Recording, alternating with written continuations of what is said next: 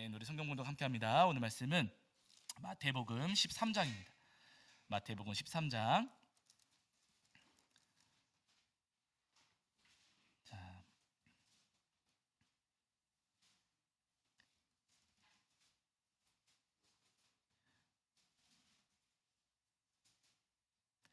마태복음 13장 우리 10절부터 15절까지 보시겠습니다. 13장 10절부터 15절입니다. 마태복음 13장 10절부터 15절까지 말씀입니다. 자, 우리 찾으신 줄 알고 함께 읽겠습니다. 함께합니다. 제자들이 예수께 나아와 이르되 어찌하여 그들에게 비유로 말씀하시나이까? 대답하여 이르시되 천국의 비밀을 아는 것이 너희에게는 허락되었으나 그들에게는 아니 되었나니 무릇 있는 자는 받아 넉넉하게 되되 없는 자는 그 있는 것도 빼앗기리라. 그러므로 내가 그들에게 비유로 말하는 것은 그들이 보아도 보지 못하며 들어도 듣지 못하며 깨닫지 못함이니라. 이사야의 예언이 그들에게 이루어졌으니 일러스되 너희가 듣기는 들어도 깨닫지 못할 것이요 보기는 보아도 알지 못하리라. 이 백성들의 마음이 완악하여져서 그 귀는 듣기에 둔하고 눈은 감았으니 이는 눈으로 보고 귀로 듣고 마음으로 깨달아 돌이켜 내게 고침을 받을까 두려워함이라 하였느니라. 아멘. 우리 자리에 앉으시겠습니다. 여러분 한 주간 평안하셨죠?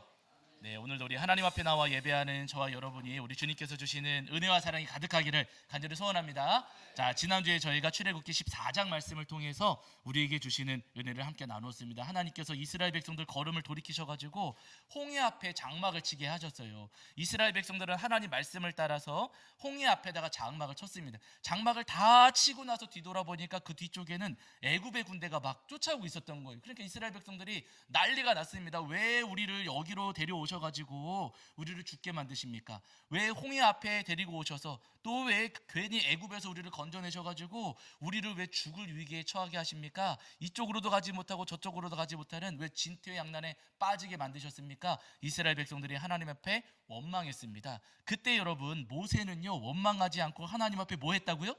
기도했어요. 하나님 앞에 기도하니 하나님께서 말씀하시기를 내 손을 내밀어라. 하나님께서 손을 내밀으라고 하셨습니다. 모세가 하나님 말씀을 따라서 손을 내밀었더니 홍해가 어떻게 돼요? 갈라지고 그 갈라졌던 홍해길을 따라서 이스라엘 백성들이 다 건너간 다음에 그 뒤를 따라 애국 군대가 막 쫓아왔거든요. 그때에도 똑같이 손을 내밀었더니 어떻게 돼요? 홍해가 다시 제자리로 돌아가면서 그 길을 따라 뒤쫓아오던 애국의 군대를 전부 다 물로 휩쓸어 버렸다는 거예요. 여러분 모세가 한 것은 하나님 앞에 기도한 것밖에 없습니다. 하나님께서 그 기도를 들으시고 손을 내밀어라 하셨을 때 손을 내밀었더니 그 손을 누가 잡아주신 거예요? 하나님께서 잡아주셨어요. 앞으로도 가지 못하고 뒤로도 가지 못하고 이런저런 어려움 때문에 곤란에 처했을 때 그때 하나님께 손 내밀었더니 그 손을 누가 잡아주신다고요? 하나님께서 잡아주신다는 겁니다. 여러분 우리도 마찬가지입니다. 이 땅을 살아가는 동안 이러지도 못하고 저러지도 못하고 진퇴양난에 빠져서 우리도 어려움 겪을 때가 분명히 있거든요. 여러분 그때마다 누구에게 손 내민다고요?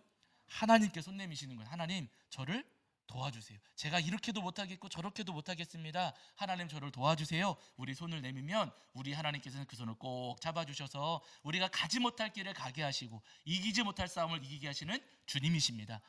그 은혜를 소망하시면서 언제나 주님께 손 내미시는 저와 여러분이 되기를 주의 이름으로 간절히 축원합니다. 자, 이제 오늘은 마태복음 13장 말씀을 통해서 우리에게 주시는 은혜를 나누려고 하는데요. 예전에 저희가 마태복음 말씀을 나누면서 12장까지 나눈 적이 있었어요. 그래서 오늘은 그 뒤에 이어지는 13장 말씀을 통해서 우리에게 주시는 은혜를 나누려고 합니다. 오늘 말씀 여러분 읽어보셔서 아시겠지만 굉장히 우리에게 익숙한 말씀이고 굉장히 유명한 말씀이에요. 예수님께서 말씀을 전하시는데 네 가지 밭을 비유로 들어서 말씀하셨어요. 씨 뿌리는 사람이 씨를 뿌리는데 어떤 씨는 길가에 떨어져 딱딱한 길가에 떨어져서 새들이 와서 다 쪼아 먹어버렸고 어떤 씨앗은 그 돌짝밭, 흙이 얕은 돌짝밭에 떨어져서 뿌리가 깊이 내리지 못했다. 또 어떤 씨는 가시덤불밭에 떨어져가지고 자라지 못해 해가 가려지니까 자라지를 못했다. 어떤 씨는 옥토에 떨어져가지고 30배, 60배, 100배의 결실을 맺었다. 예수님께서 이 밭을 비유로 말씀을 전하셨습니다. 중요한 것은요, 이 비유를 말씀하신 뒤에 사람들에게 설명을 해주셨어요? 안 해주셨어요? 안 해주셨어요. 그냥 비유로만 말씀을 전하신 다음에 말씀을 마치셨습니다. 그리고는 제자들과 따로 한적한 곳에 가셨어요. 그때 제자들이 예수님께 여쭤봅니다. 예수님, 아까 네 가지 밭을 비유로 말씀하셨잖아요. 아니 그런데 왜 그 사람들한테는 그 밭의 비유가 무슨 의미인지 왜 설명도 안 해주시고 그냥 마치셨어요? 예수님 왜 그 비유의 의미를 설명 안 해주셨어요? 라고 제자들이 예수님께 여쭤보았어요. 그랬더니 이 질문에 예수님께서 참 이해하기 어려운 말씀을 하셨어요. 자 보세요. 우리 읽으신 말씀이지만 한 번 더 보시겠습니다. 11절부터 13절입니다. 11절부터 13절. 자 13장 11절부터 13절입니다. 11절부터 13절. 자 읽겠습니다. 함께합니다. 시작. 대답하여 이르시되 천국의 비밀을 아는 것이 너희에게는 허락되었으나 그들에게는 아니 되었나니 무릇 있는 자는 받아 넉넉하게 되되 없는 자는 그 있는 것도 빼앗기리라. 그러므로 내가 그들에게 비유로 말하는 것은 그들이 보아도 보지 못하며 들어도 듣지 못하며 깨닫지 못함이니라. 아멘. 이렇게 말씀하셨어요. 예수님께서 제자들에게 대답해 주시기를 너희들에게는 천국의 비밀이 허락되었지만 그 사람들한테는 허락되지 않았다. 이렇게 말씀하시는 거예요. 너희한테는 허락되었고 그 사람들한테는 허락되지 않았어. 그러면서 말씀하시기를 13절에 여러분 그들이 보아도 보지 못하고 들어도 듣지 못하고 깨닫지 못하기 때문에 그들에게는 비유로 말씀을 전했다. 그들에게는 풀이해 주지 않았다 라고 말씀을 하세요. 그러면서 그 뒤에 이사야 말씀을 예수님께서 인용하시거든요. 이사야 말씀을 인용하시는 이 말씀은 더 충격적입니다. 여러분 거기 이사야 말씀 어디냐면요 14절 15절 말씀이에요. 여기도 한번 같이 보실게요. 14, 15절. 자 읽겠습니다. 시작. 이사야의 예언이 그들에게 이루어졌으니 일렀으되 너희가 듣기는 들어도 깨닫지 못할 것이요 보기는 보아도 알지 못하리라. 이 백성들의 마음이 완악하여져서 그 귀는 듣기에 둔하고 눈은 감았으니 이는 눈으로 보고 귀로 듣고 마음으로 깨달아 돌이켜 내게 고침을 받을까 두려워함이라 하였느니라. 여러분 이게 무슨 말씀입니까? 말씀을 듣고서 그 사람들이 말씀을 듣고서 돌이켜 고침을 받을까 어떻다고요?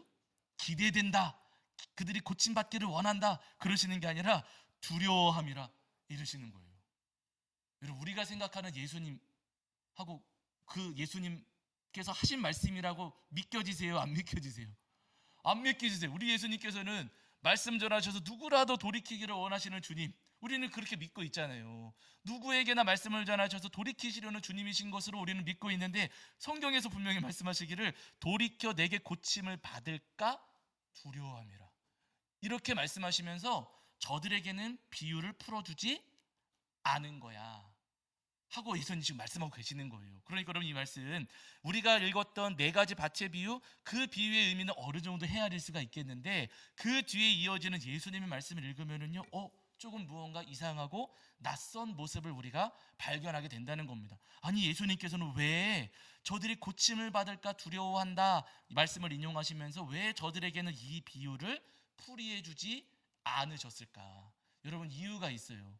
그 이유를 알려면은 네 가지 밭의 비유, 이 비유의 의미를 우리가 조금 더 명확하게 헤아릴 필요가 있습니다.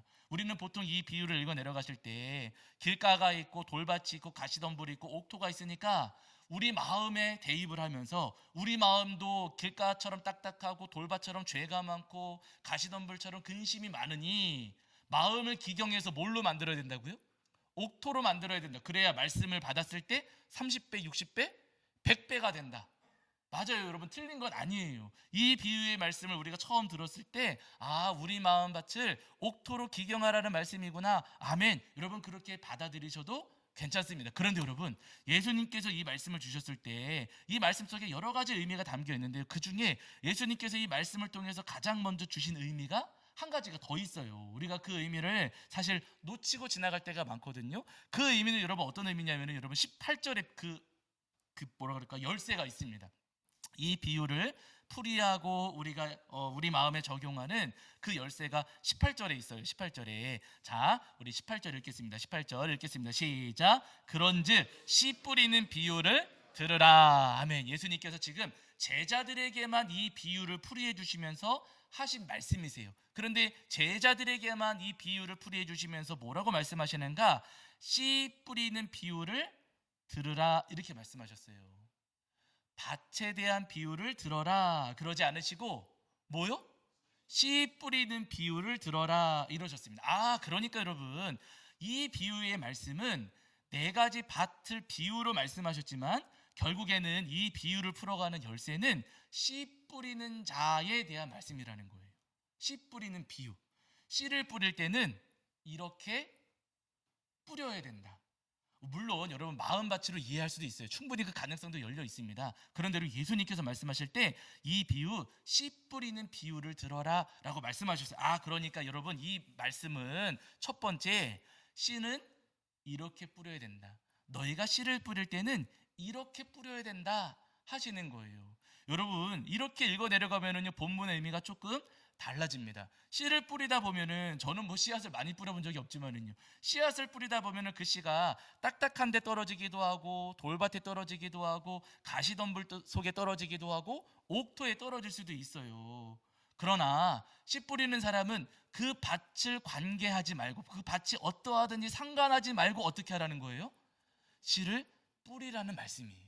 이 말씀은 씨를 뿌리다 보면은 돌밭에 떨어질 수도 있고 길가에 떨어질 수도 있고 가시덤불에 떨어질 수도 있지만 옥토에 떨어질 수도 있지만 물론 우리 마음은 옥토에만 떨어져서 열매 맺기를 바라지만 그러나 씨를 뿌리는 사람은 그 밭이 어떠하든지 상관하지 말고 뿌려라 하시는 겁니다. 씨를 뿌렸을 때 길가에 떨어져서 새가 쪼아먹을 수도 있고 돌밭에 떨어져가지고 뿌리를 깊이 내리지 못해서 금방 쓰러질 수도 있고 가시덤불 속에 떨어져가지고 높이 자라지 못할 수도 있고 그리고 어떤 씨앗은 30배, 60배, 100배 그 옥토에 떨어져서 많은 열매를 맺을 수도 있으나 그 씨앗이 어떻게 될지 우리는 다 알지는 못하니 그러니 그 씨를 뿌릴 때는 밭에 상관하지 말고 너희는 무조건 씨를 뿌려라 라고 지금 예수님께서 말씀을 하시는 겁니다. 씨 뿌리는 사람들은 밭을 신경 쓰지 말라는 거예요. 그런데 여러분 생각을 해보세요.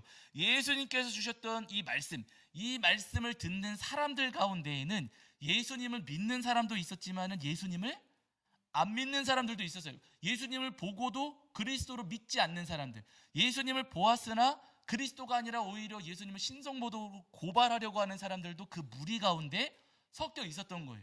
만일에 여러분 이 사람들이 예수님의 말씀을 듣고서 밭에 상관없이 무조건 하는 거구나, 야 우리도 가가지고 무조건 가서 전하자 하면 문제가 돼요 안 돼요?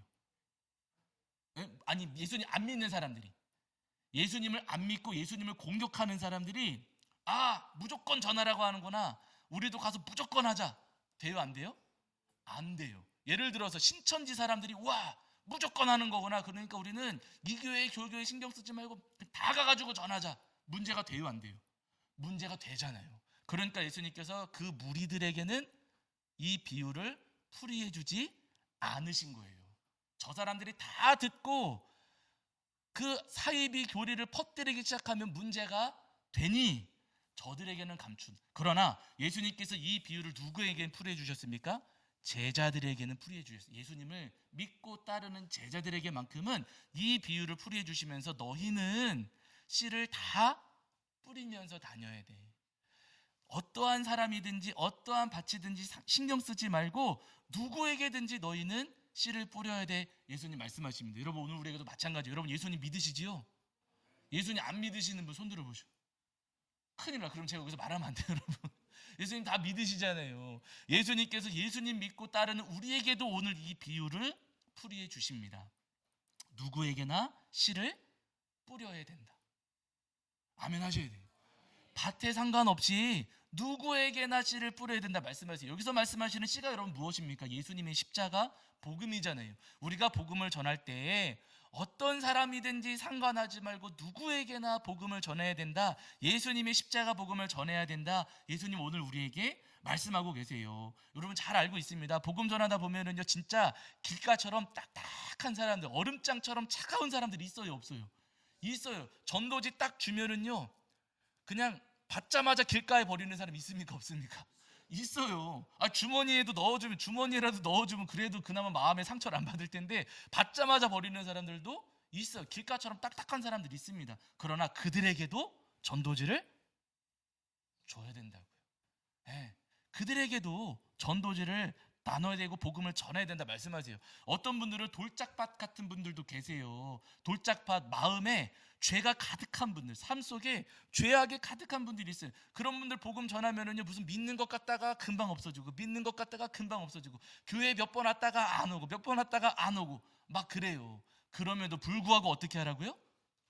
복음을 전하라고. 저 사람은 안 돼, 몇 번 해봤는데 자꾸만 저러는 거 보니까 저 사람은 안 돼 하지 말고 그들에게도 복음을 전해야 된다 말씀을 하세요. 어떤 분들은 여러분 삶에 수심이 가득한 분들이 있습니다. 이 가시덤불이 가리고 있는 것처럼 수심이 가득한 분들, 삶에 문제가 많고 그늘진 분들도 분명히 있어요. 전도하다 보면 얼굴이 아주 그냥 시커먼 분들, 어두운 분들, 전도지를 드리려다가 야, 저분이 교회에 왔다가는 우리가 더 힘들어지는 거 아닐까 염려돼가지고 주저하게 되고 머뭇거리게 될 때도 있잖아요. 그런데 여러분, 그게 아니라 그렇게 삶 속에 어려움이 있고 문제가 있고 힘든 일들이 많은 분들에게도 복음을 전해야 된다 하시는 거예요. 옥토에만 전하는 게 아니라, 옥토에만 복음을 전해서 열매 맺기를 바라는 것이 아니라 길가에도 전하고 돌밭에도 전하고 가시덤불에도 복음을 전해야 된다. 예수님께서 오늘 우리에게 분명히 말씀하고 계십니다. 바라는 여러분, 예수님의 그 생명의 복음, 십자가 복음을 전하실 때 저들의 마음이 어떠하든지 간에 누구에게나 기꺼이 복음의 씨앗을 뿌리시는 저와 여러분이 되기를 주 이름으로 간절히 축원합니다. 여러분 생각을 해보세요. 길가처럼 마음이 딱딱하게 굳어 있어요. 그러면 여러분, 그 딱딱한 마음을 깨뜨릴 수 있는 분은 누구밖에 없습니까? 예수님밖에 없는 거예요. 그러니까 그런 마음이 딱딱하니까 안 돼가 아니라 오히려 딱딱하니까 예수님을 더 전해야 된다는 거죠. 예수님, 저 사람 맨날 전도지 버리고 우리 얼굴 보면 저쪽으로 피해가는 사람이기는 하지만 끊임없이 복음을 전할 때 그 마음이 깨지게 해주세요. 예수님만 하실 수 있습니다. 예수님의 복음만이 그 딱딱한 마음을 깨뜨리실 수 있으니 우리가 여러분 그들에게도 복음을 당연히 전해야 된다는 것. 죄 많은 분들도 마찬가지예요. 술독에 빠져 살고 맨날 죄 짓고 살아가는 분들, 여러분 그분들이 그 죄 어떻게 해결합니까? 그 죄 어떻게 뽑아내요? 가만히 우리가 시간 두고 기다리면 저절로 옥토가 됩니까? 복음을 전해야지 옥토가 됩니까? 복음을 전해야 그 죄를 뽑아내서 옥토로 바뀌는 거 아니겠습니까? 그냥 우리는 옥토만 찾아다니면서 누가 준비되어 있나 기다릴지는 모르겠지만 예수님의 마음은 그렇지가 않으시다는 거예요. 오히려 돌밭에다가 복음을 전해서 죄 많은 사람에게 복음을 전해서 그 죄가 뽑혀 나올 수 있도록, 그 죄를 해결할 수 있도록 십자가의 복음을 전해야 된다. 우리 말씀하세요. 근심이 가득한 분들도 여러분 마찬가지입니다. 여러분 근심이 가득해서 삶이 어두워요. 그러면 그 삶에 누가 생명의 빛을 비춰주시냐고요. 누가? 예수님밖에 없어요. 그러니까 여러분 삶의 그늘이 있는 분들에게도 당연히 예수님의 십자가 복음을 전해야 된다는 거예요. 바라는 여러분, 옥토에만 복음을 전하는 것 아니라 예수님 이미 믿고 있는데 믿고 있는 사람들에게만 복음을 전하는 것 아니라 믿지 않는 영혼들, 마음이 굳어있고 죄가 많고 삶이 그늘진 분들에게도 기꺼이 예수님의 생명의 복음을 전하시는 저와 여러분이 되기를 주의 이름으로 간절히 축원합니다. 여러분 성경 보시면 우리가 잘 아는 인물이 바울사도 있잖아요. 여러분 바울사도 잘 아시는 것처럼 마음이 정말로 단단하게 굳은 사람이었습니다. 예수님을 알기 전까지 여러분 이 사람이 정말로 마음이 완고하고 완악한 사람이었고요. 성경에서 말씀하신, 오늘 본문에서 말씀하시는 길가처럼 마음이 딱딱한 사람이었어요. 이 사람이 이제 예수님 믿는 사람들을 쫓아다니면서 그 예수님 믿는 사람들을 막 죽이고 다니는데, 그러다가 이제 스데반 집사님이 붙잡혔어요. 스데반 집사님이 붙잡혀서 돌에 맞아 죽을 지경이 되었는데, 그때 이 스데반 집사님이 복음 전해요, 안 전해요? 전하잖아요. 예수님 믿지도 않고 오히려 자기를 죽이려는 사람들이고, 정말 바늘로 이렇게 찔러도 바늘 이렇게 들어가지도 않을 사람, 예? 그리고 뭐 아주 그냥 꿈쩍도 안 할 사람, 그런 사람으로 보여지지만 바울이 그렇게 꿈쩍도 안 할 사람이었지만은요, 그 바울에게 마지막까지 예수님의 십자가 복음을 전했습니다. 그럴 때 여러분 깨져요, 안 깨져요? 깨졌잖아요. 바울의 그 굳은 마음이 깨졌고요. 깨질 뿐만 아니라 옥토로 기경되어 가지고 바울의 마음밭을 통해서 30배, 60배, 100배의 결실 맺지 않습니까? 여러분 굳은 마음에 우리가 복음을 전하면은요, 그 복음이 그들의 굳은 마음을 깨뜨리신다는 거예요. 나는 못해요. 예수님의 복음이 그 마음을 깨뜨리십니다. 우리가 잘 아는 분 가운데 이미 고인이 되시긴 하셨지만은 여러분, 이어령 교수님 여러분 기억하시잖아요. 우리나라를 대표하는 지성인이었습니다. 이성과 지성, 여러분 우리나라를 대표하는 아주 똑똑하신 분이었고 말도 잘하시고 글도 잘 쓰시는 분이었고 대단한 분이셨어요. 근데 여러분, 이분이 이성과 지성으로 똘똘 뭉쳐있던 사람이다 보니까 예수님 믿었을까요, 안 믿었을까요? 처음엔 안 믿으셨어요. 오히려 예수님 믿는 사람들을 비판하고 아주 공격하던, 신랄하게 공격하던 그런 분위기도 했습니다. 그런데 놀랍게도 이분의 딸은 정 반대였어요. 이민아 목사님 돌아가시긴 하셨거든요. 이 목사님이셨어요. 아빠는 그렇게 아주 이성과 지성을 대표하는 분이었는데 따님은 예수님을 진심으로 믿는 분이었고 치유 사역으로 굉장히 왕성하게 사역 활동을 하셨던 그런 목사님이십니다. 이 따님이 아빠한테 복음 전했을까요, 안 전했을까요? 전했어요. 끊임없이 복음을 전했습니다. 물론 그 과정 가운데 우여곡절 굉장히 많았고 뭐 눈이 앞이 안 보였고 뭐 여러 가지 일들이 많이 있었어요. 그런데 여러분, 어마어마하게 많은 과정들을 거쳐서 이 따님이 아버지에게 복음을 전하셨을 때 그 마음이 깨뜨려졌다는 거예요. 그래서 여러분, 이 이어령 교수님이 말년에 예수님을 믿으셨습니다. 그리고 그 말년에 정말로 소중한 자신의 신앙 고백을 담은 여러 권들의 책들을 남기시면서 오늘 우리에게도 도전을 주시고 우리에게도 지금 여전히 감동을 주시고 있거든요. 안 될 것 같아요. 변하지 않을 것 같습니다. 그러나 여러분, 그분들의 마음 가운데 예수님의 복음이 전해지면은요, 주님께서 언젠가 그 마음을 부수시고 깨뜨려 주신다는 거예요.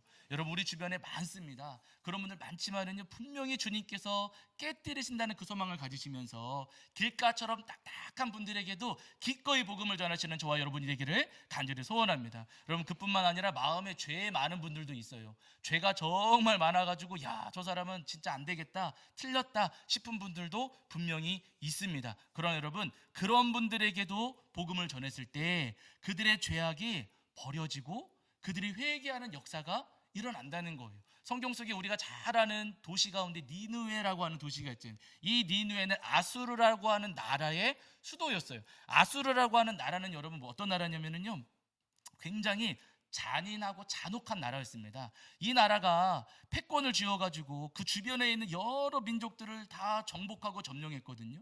근데 이 아수르라고 하는 나라는 자기들이 점령한 그 지역에 갔을 때 이곳 사람들을 살려두지 않아요. 말살시키는 거예요.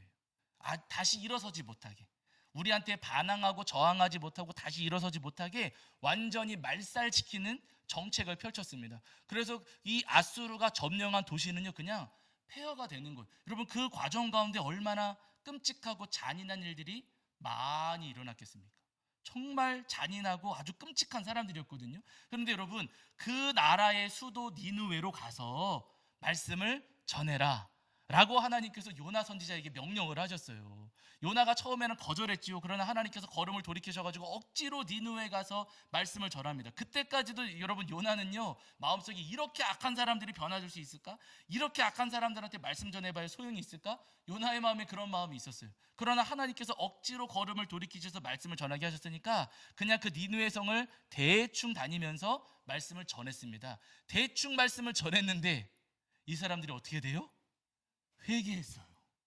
그렇게 잔인하고 잔혹한 사람들이었는데 여러분, 이 사람들이 자신들의 죄를 뉘우치면서 회개하기를 시작했다는 겁니다. 심지어는 왕까지 자기의 왕좌에서 내려와 가지고 옷을 찢고 죄를 뒤집어 쓰면서 자신의 죄를 회개하는 놀라운 역사가 일어났어요. 안 될 것 같은 사람들이지만 여러분, 그 죄를 회개하더라는 겁니다. 우리 주변에도 많아요. 죄 많고 허물 많은 사람들 분명히 있습니다. 야, 저 사람한테 복음 전해봐야 소용이 있을까? 우리는 그 마음 때문에 선뜻 복음을 전하지 않으려고 하죠. 그러나 복음을 전했을 때 그들의 마음 속에서 주님께서 분명히 일하셔서 그들의 마음에 회개하는 마음을 일으켜 주신다는 거예요. 나는 못하죠. 그러나 주님께서는 하실 수가 있다는 겁니다. 그래서 여러분, 우리가 복음을 전하는 거예요. 제가 예전에도 말씀드렸지만 제가 20대 그 군대 전역하고 나서 한 20대 중반쯤에 그 안양에 있는 소년원 가가지고 몇 달 동안 그 찬양인도 섬긴 적이 있었거든요. 목사님께서 설교하시고 저는 이제 찬양인도를 섬겼던 거예요. 여러분, 그 소년원에 들어가 있는 아이들은 굉장히 거친 아이들입니다.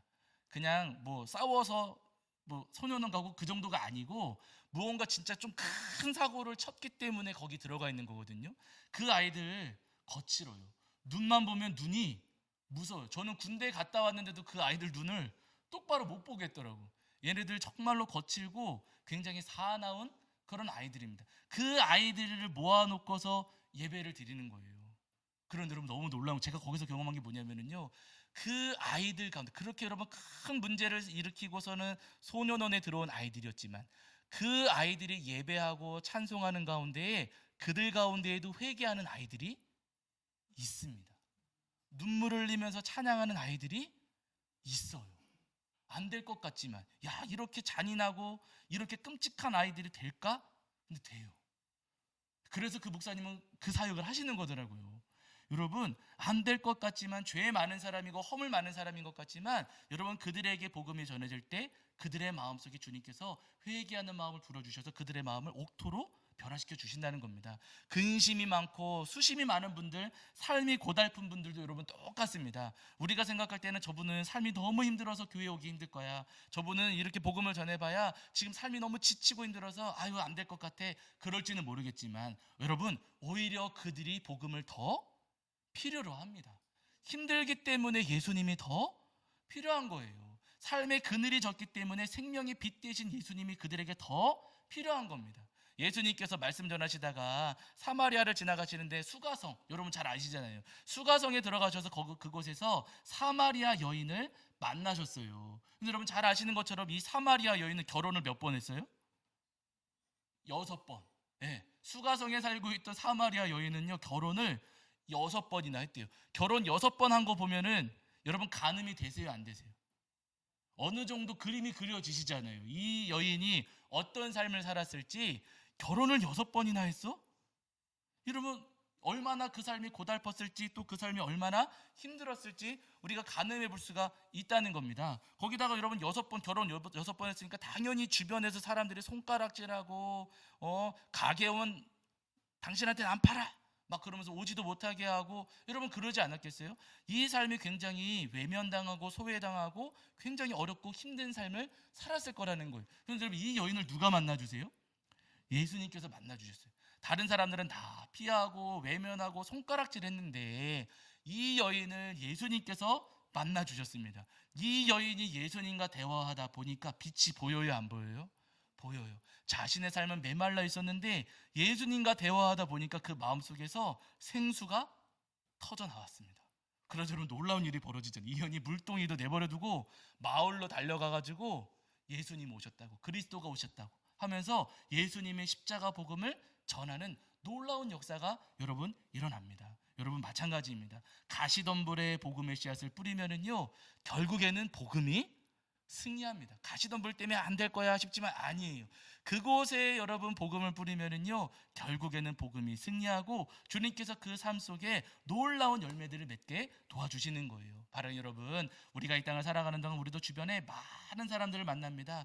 길가처럼 딱딱한 사람도 있고, 돌밭처럼 죄 많은 사람도 있고, 가시덤불밭처럼 여러분 근심이 가득한 분들도 분명히 있어요. 그러나 그들이 어떠하든지 간에, 그들의 삶의 환경이 어떠하든지 간에 예수님께서 우리에게 주신 십자가 복음을 기꺼이 전하시는 저와 여러분이 되기를 주의 이름으로 간절히 축원합니다. 자, 우리 찬송합니다. 찬송가 여러분 496장 496장 찬송하시면서 준비하신 예물 봉헌하겠습니다. 찬송 496장입니다.